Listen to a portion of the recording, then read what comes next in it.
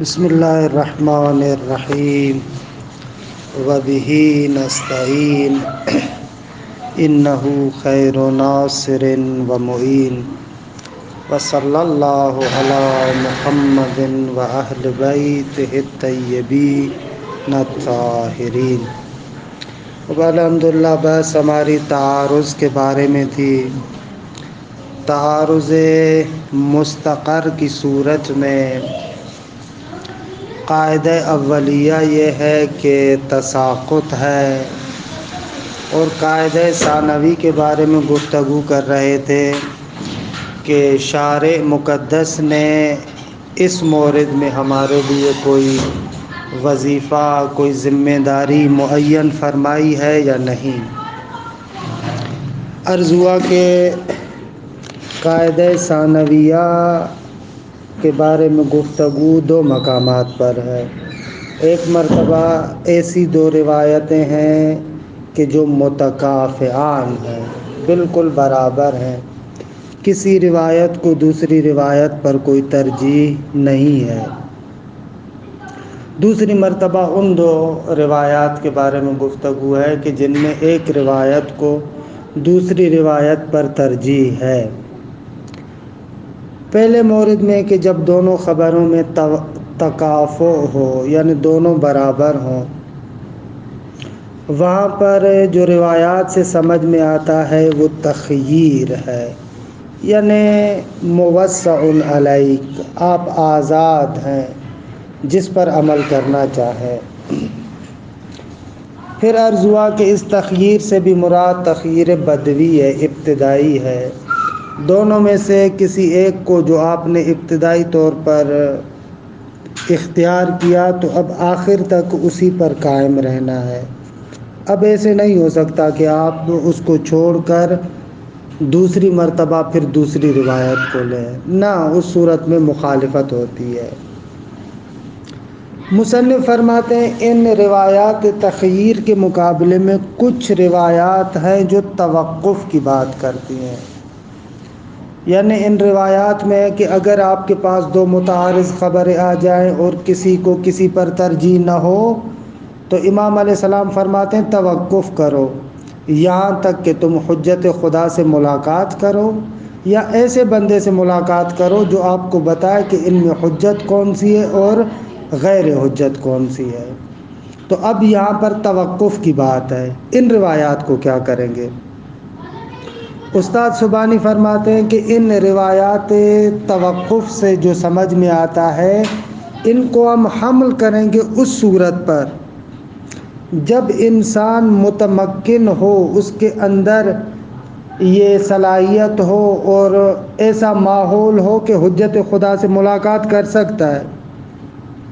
جب اس کے اندر یہ تمکن ہے، یہ قدرت ہے کہ حجت خدا سے مل سکتا ہے، تو پھر روایات متعارضہ میں اس کو توقف کرنا چاہیے، یہاں تک کہ امام کے ساتھ ملاقات کرے، امام سے خود پوچھ لے کہ ان میں سے کون سی حجت ہے اور کون سی حجت نہیں ہے۔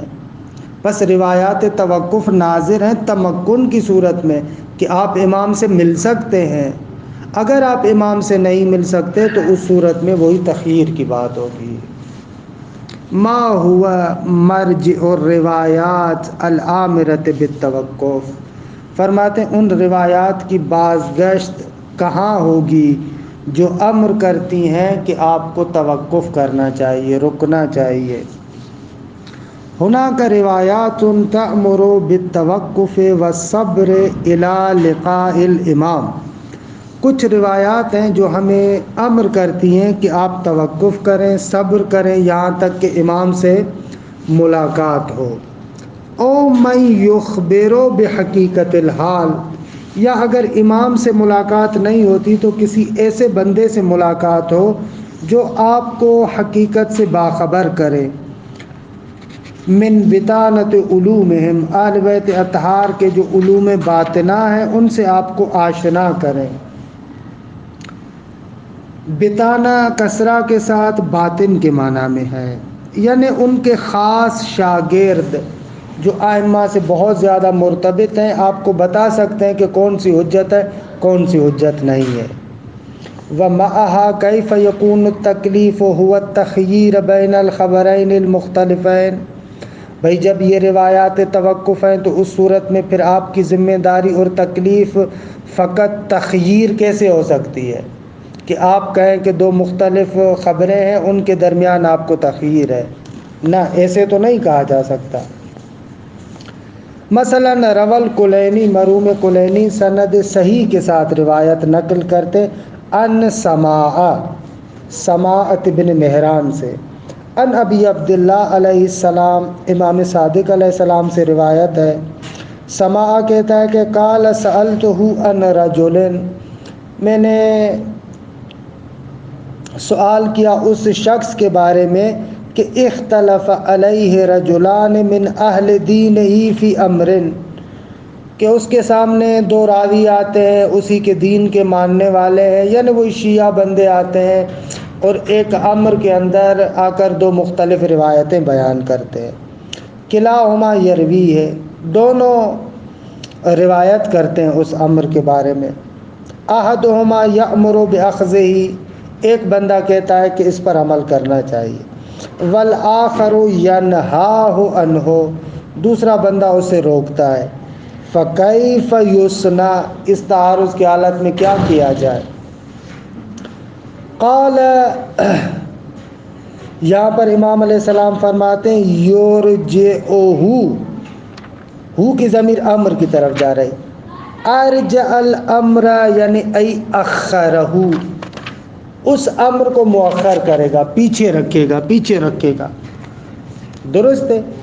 یرجعہ یعنی اس عمل کو مؤخر کرے گا، توقف کرے گا، حتی یلقا من یخبرہ، یہاں تک کہ اس کے ساتھ ملاقات کرے جو اس کو خبر دے، بتائے کہ ان میں حجت کیا ہے، لا حجت کیا ہے۔ فَهُوَ فِي سَاعَةٍ حَتَّى يَلْقَاهُ، جب تک اس امام سے ملاقات کرتا ہے اس درمیان کے زمانے میں وہ وسعت میں ہے، اس کا اختیار ہے کہ وہاں پر اپنے آپ کو آزاد سمجھے۔ کہ یہاں پر دیکھ رہے ہیں امام علیہ السلام اس کو کہتے ہیں کہ اپنے آپ کو روکے گا یہاں تک کہ حجت اور لا حجت کا اس کو امام یا امام کا خاص شاگرد آ کر بتائے۔ وفی مقبولت عمر بن حنظلہ، یہ جو مقبولہ عمر بن حنظلہ ہے یہ معروف روایات ہے۔ المعروفہ یعنی یہ مقبولہ عمر بن حنظلہ معروفہ ہے کہ علماء نے اس پر عمل کیا ہے۔ حین منتہى السائل، جب سوال کرنے والا یہاں پہنچا، کہاں؟ الی مساوات الخبرین فی المرجحات، اگر دونوں خبریں مرجحات میں مساوات رکھتی ہوں۔ قال، تو وہاں پر امام علیہ السلام نے فرمایا اذا کان ذالک فارجعہ، جب امر اس طریقے سے ہے دونوں روایتیں برابر ہیں تو پھر اس امر کو مؤخر کرو، حتی تلقا امامک، یہاں تک کہ تم اپنے امام سے ملاقات کرو۔ فإن الوقوف عند الشبہات خیر من الاقتحام فی الحلقات، شبہات میں توقف کرنا بہتر ہے اس بات سے کہ تم اپنے آپ کو ہلاکت میں ڈالو۔ والاول یأمر بالتوقف منذ بدء الامر، پہلی روایت جو ہمیں توقف کے بارے میں امر کر رہی ہے وہ ابتدا سے ہی ہے، یعنی اس میں مرجحات کو اعمال کرنا ہے نہیں کرنا اس کی طرف ناظر ہی نہیں ہے، ابتدا میں کہتی ہے روایت کہ کیا کرنا ہے، تمہیں توقف کرنا ہے۔ والآخر، اور دوسری روایت یأمر بہ، اس توقف کے بارے میں امر کرتی ہے، البتہ بعد مساواتہما، جب دونوں روایتیں برابر ہو جائیں، فی المرجحات، ترجیحات میں، مرجحات میں جب برابر ہو گئی دونوں روایتیں تو اب توقف کرو۔ وعلی کل تقدیر، دونوں صورتوں میں چاہے پہلی روایت کو دیکھیں کہ ڈائریکٹ توقف کی طرف جا رہی ہیں یا دوسری روایت کو دیکھیں کہ مساوات کے بعد توقف کی طرف جا رہی ہے، ینفیان التخییر، دونوں روایتیں برحال تخییر کو رد کرتی ہیں۔ والجواب، ان ھذا القسم من الروایات، فرماتے ہیں کہ یہ جو توقف کی روایات ہے، ان ھذا القسم من الروایات، ان روایات علاجیہ میں سے یہ جو توقف والی روایات ہیں یہ محمول علی صورت التمکن من لقاء الامام، ان کو حمل کیا جائے گا اس صورت میں جب انسان امام سے ملاقات کر سکتا ہو، او من لقاء بطانۃ علومہم، یا ان کے خاص شاگردوں سے ملاقات کر سکتا ہو جو باطن علوم آل محمد کو جانتے ہیں، ان سے ملاقات کر سکتا ہو۔ آغا یہ جو آپ جم کر رہے ہیں کہ اس کو صورت تمکن پر حمل کریں گے، اس کے لیے کوئی شاہد بھی ہے؟ فرماتے ہیں جی بالکل، وَيَشْهَدُ لِهَذَا الْجَمْعِ نَفْسُ الْحَدِيثَيْن، اس جمع کے لیے شاہد خود یہی حدیثیں ہیں۔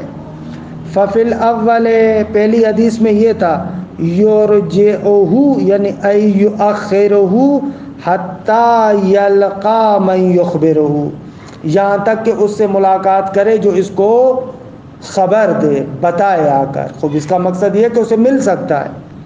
أَن يُخْبِرُهُ بِحَقِيقَةِ الْحَالِ، جو حقیقت حال کے بارے میں اس کو خبر دے۔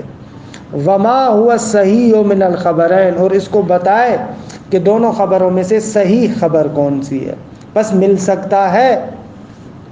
وفی الثانی، اور دوسری روایت میں فَأَرْجِعْهُ حَتَّى تَلْقَى إِمَامَكَ، یعنی اخر ہو، اس روایت کو مؤخر کرو یہاں تک کہ تم اپنے امام سے مل سکو۔ وَمَنْ لَاحَظَ الرِّوَایَاتِ الْآمِرَةَ بِالتَّوَقُّفِ يَلْمَسْ ذَلِكَ، جو بندہ روایات توقف کو ملاحظہ کرے گا، دقت کرے گا، تو ہماری بات کو بالکل محسوس کرے گا۔ فَإِنَّ مِنَ الرُّوَاةِ مَنْ كَانَ يَتَمَكَّنُ مِنْ لِقَاءِ الْإِمَامِ، کیونکہ کچھ راوی ایسے تھے جو امام سے مل سکتے تھے، وَالسِّمَاعِ مِنْهُ، اور مولا سے وہ بات سن سکتے تھے، جبکہ وَمِنْهُمْ مَنْ لَمْ يَتَمَكَّنْ وَمِنْهُمْ مَنْ لَمْ يَكُنْ مُتَمَكِّنًا مِنْ لِقَائِهِ علیہ السلام، جبکہ کچھ راوی بیچارے ایسے تھے جو امام سے ملاقات نہیں کر سکتے تھے، الا ببذل مؤن، مگر یہ کہ بہت زیادہ خرچہ کریں۔ درست ہے۔ وقطع مسافت بعیدہ، بہت زیادہ مسافت کو طے کریں پھر امام سے مل سکتے ہیں۔ پس فالامر بالتوقف راجع الی المتمکن، جو توقف کی بات ہے یہ اس بندے کی طرف ناظر ہے کہ جو مل سکتا ہے۔ والامر بالتخییر الی الثانی، اور جو امام سے نہیں مل سکتا مگر بہت زیادہ مشقت کے بعد، اس کے لیے تخییر کی بات ہے۔ کہ یہ صورت اول ختم ہوئی کہ جب دو روایتیں متکافئ ہیں، برابر ہے، تو وہاں پر قاعدہ ثانوی تخییر ہے، مگر یہ کہ امام سے ملاقات کر سکتا ہو۔ دوسری صورت، اگر دو روایتیں متعارض ہوں، ان میں تعارض ہے، اچھا متعارض ہیں لیکن ایک روایت کو دوسری روایت پر ترجیح حاصل ہے، اس صورت میں کیا کریں گے؟ فرماتے ہیں یہاں پر ہم تین امور کے بارے میں گفتگو کریں گے۔ پہلا نقطہ یہ ہے کہ وہ مرجحات کون سے ہیں جن مرجحات کی بنا پر ایک روایت کو دوسری پر مقدم کیا جائے گا۔ دوسرا نقطہ یہ کہ اگر کسی میں مرجح ہو تو اس پر عمل کرنا واجب ہے یا رجحان رکھتا ہے، مستحب ہے۔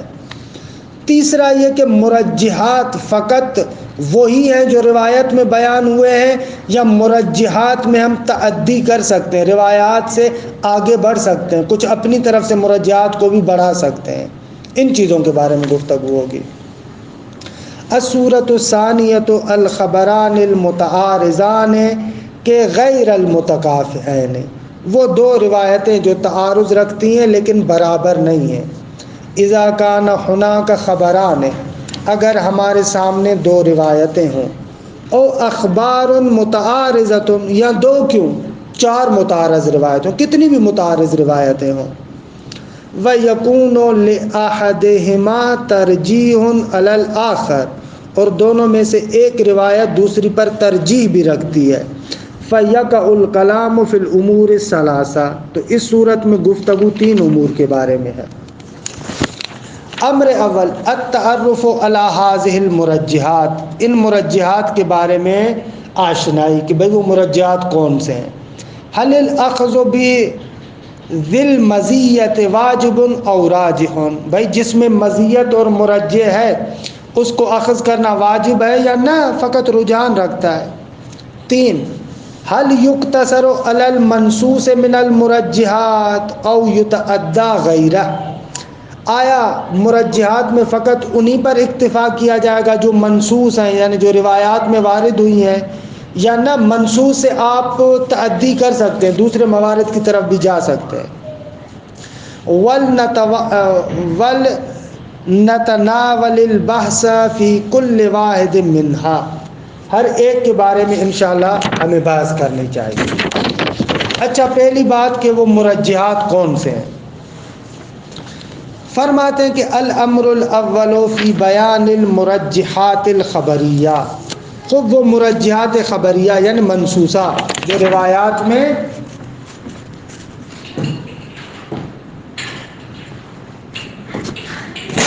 روایات میں مرجحات آئے ہیں ان کے بارے میں گفتگو۔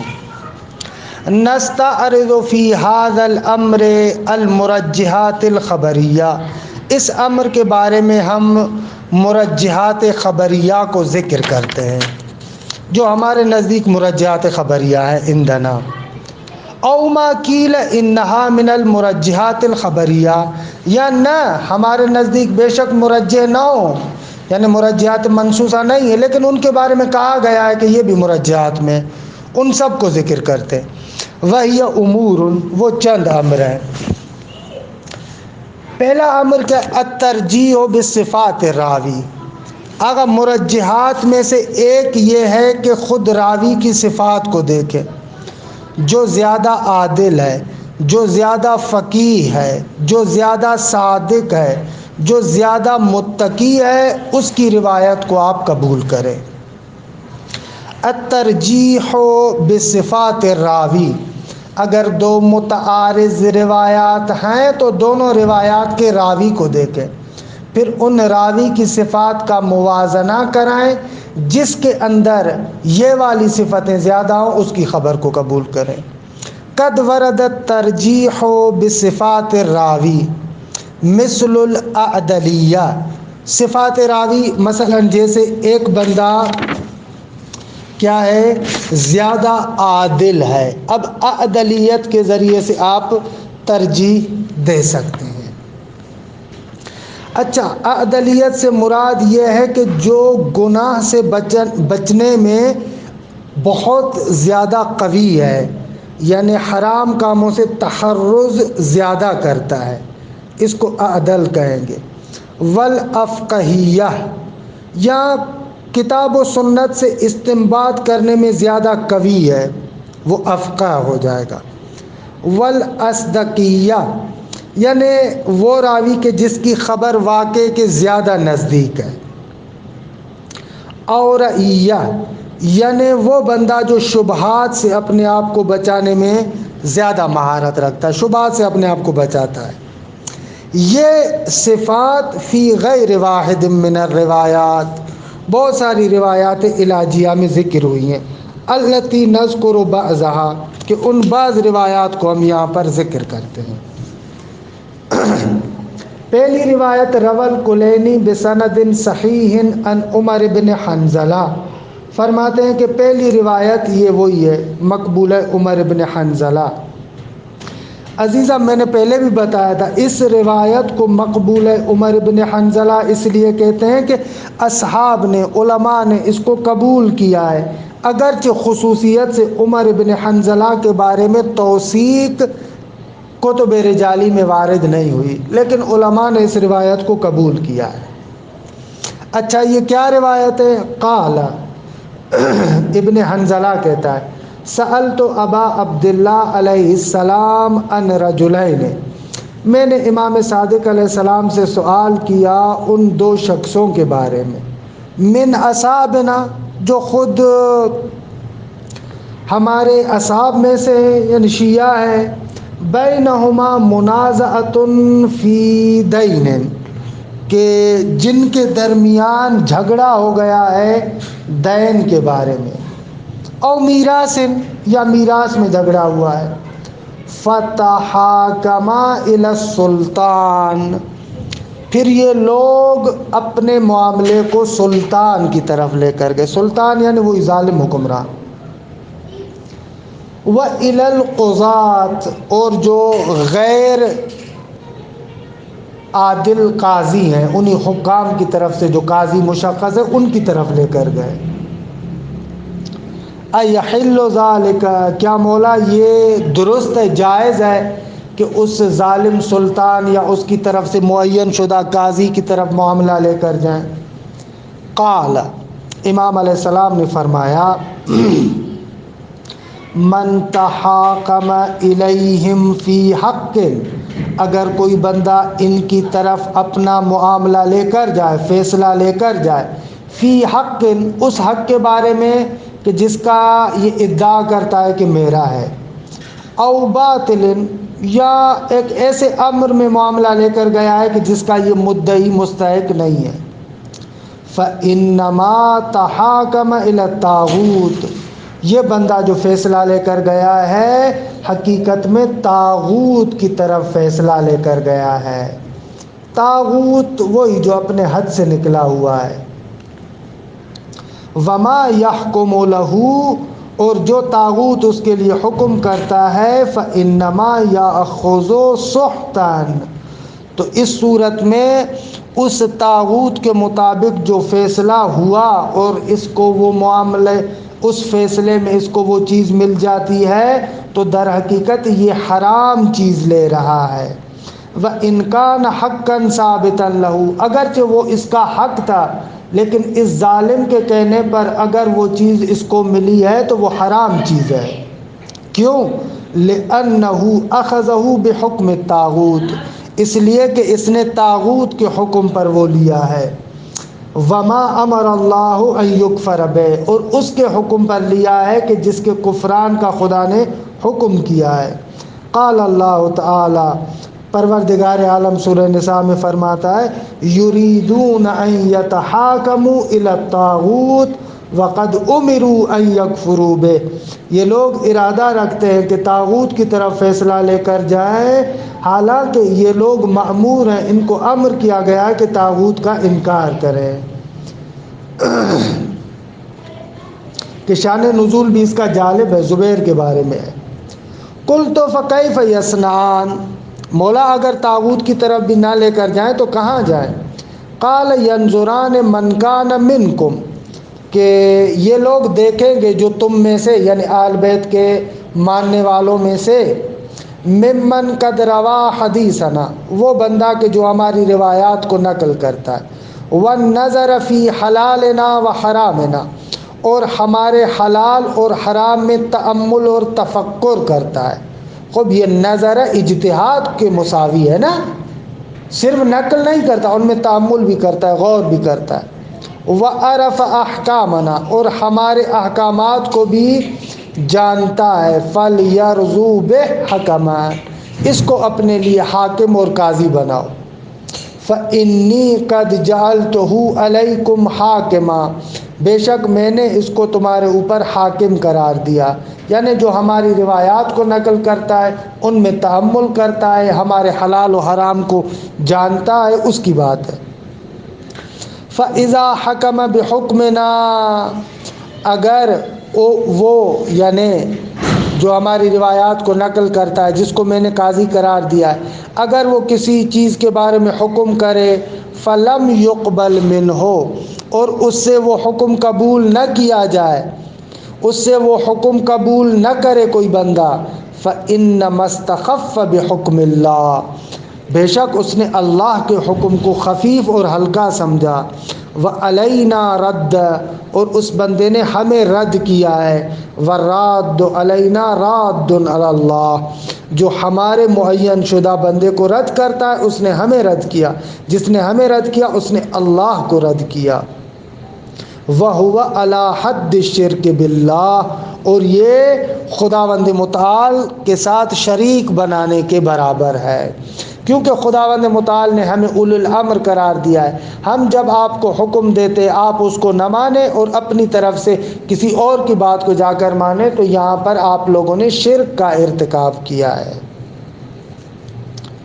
اچھا، قُلْتُ فَإِنْ كَانَ كُلُّ رَجُلٍ اخْتَارَ رَجُلًا مِّنْ أَصْحَابِنَا۔ اچھا، سوال یہ ہے کہ مولا وہ جو دونوں جھگڑے کرنے والے بندے جن کے درمیان تنازع ہے، انہوں نے ہمارے اصحاب میں سے ہر ایک نے ایک شخص کو چن لیا، فرضیہ ان یکونا الناظرین فی حقہما، اور یہ دونوں راضی ہو گئے کہ بھائی ان دونوں کے حق میں وہ نظر دے، واختلفا فیما حکما، اور جن دونوں کو انہوں نے اپنے لیے حکم بنایا ان دونوں میں اختلاف ہو گیا، اور وہ دونوں اختلاف کر رہے، وکلاہما اختلفا فی حدیثکم، وہ جو دونوں راوی ہیں جو دونوں قاضی قرار دیے گئے وہ بھی اختلاف کرتے ہیں، کیونکہ آپ کی جانب سے احادیث میں اختلاف ہے۔ اب کیا کریں؟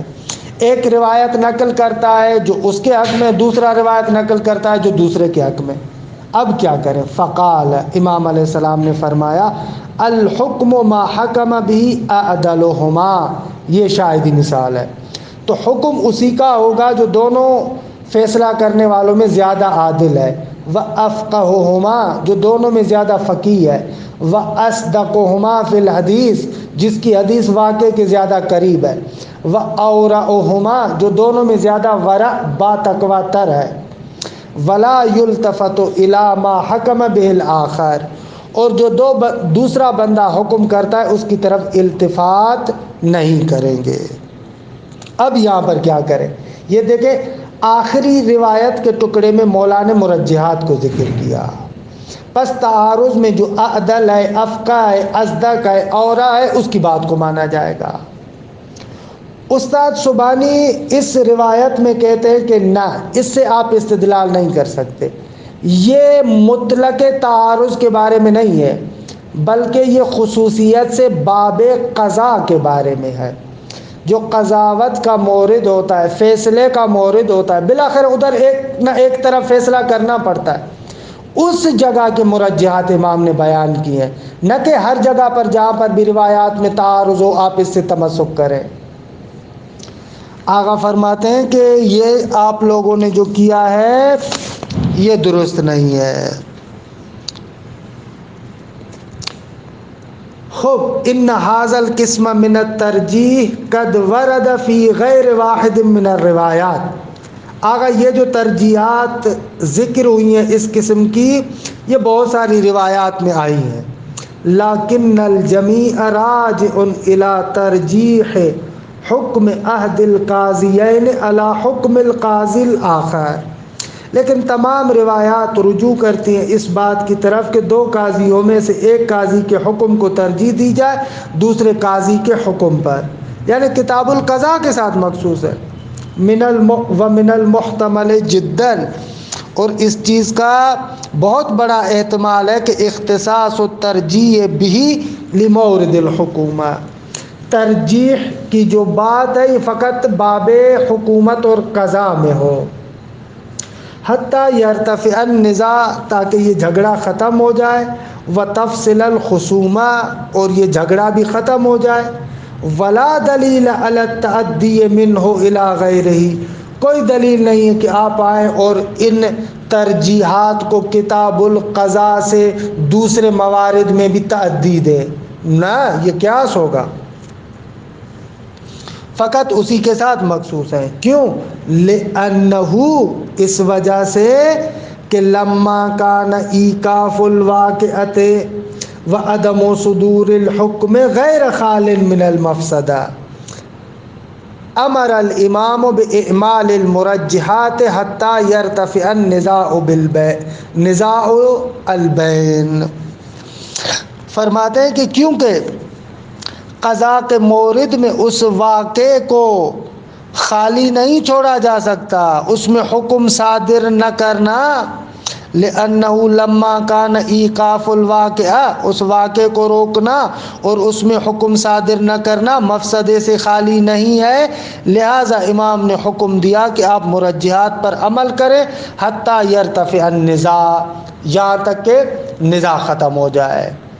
نزاع کے جھگڑے کے ختم کرنے کے لیے مولانا ان مرجحات کو ذکر کیا ہے، لیکن اس کا مقصد یہ نہیں ہے کہ آپ تمام موارد تعارض میں اس قسم کی روایات پر عمل کریں۔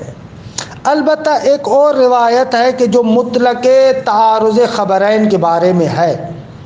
نعم، جی بالکل، ورد ترجیح بالصفات الراوی فی مورد تعارض الخبرین، دو خبروں میں اگر تعارض ہو جائے تو وہاں پر صفات راوی کے ساتھ ترجیح دی جائے گی، یہ ایک روایت میں آیا ہے۔